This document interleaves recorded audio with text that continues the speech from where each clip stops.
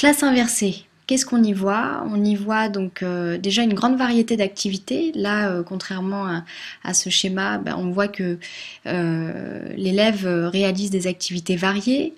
À la maison, premièrement, bon, bah, il est face à son ordinateur, il accède aux capsules pédagogiques qui ont été réalisées par l'enseignant, donc son cours magistral qui normalement se délivre en journée, et bien là cette fois-ci, ce cours magistral a été intégré dans une capsule vidéo que l'enseignant a conçue ou bien qu'il a trouvée sur internet. Voilà, donc là l'élève consulte cette capsule vidéo. Tout l'apport en contenu se fait à ce moment-là à la maison. Puis, on voit, donc là ces trois images correspondent à ce qui se passe en classe. En classe, ce qui se passe, c'est que les élèves sont amenés à travailler en petits groupes. Ce sont des travaux de groupe qui sont réalisés. Donc ils peuvent s'enrichir les uns les autres.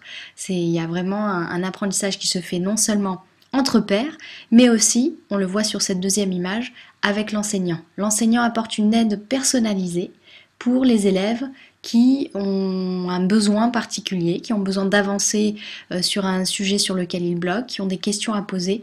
En tout cas, ce qui est intéressant là, c'est que l'accompagnement est personnalisé et l'enseignant peut vraiment s'adapter aux spécificités des uns et des autres.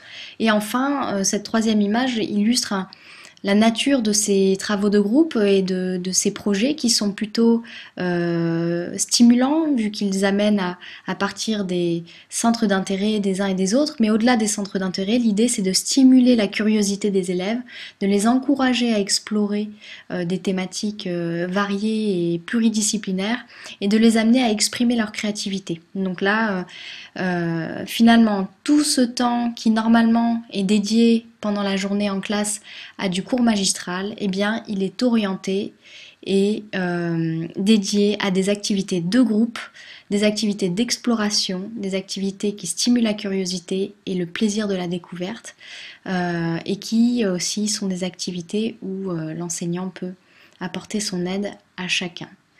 Voilà, donc là on voit la différence entre cet élève un peu qui sort d'une journée où il n'a pas pu exprimer toute ses brillantes qualités, ses compétences, il n'a pas pu se révéler à lui-même et se révéler aux autres.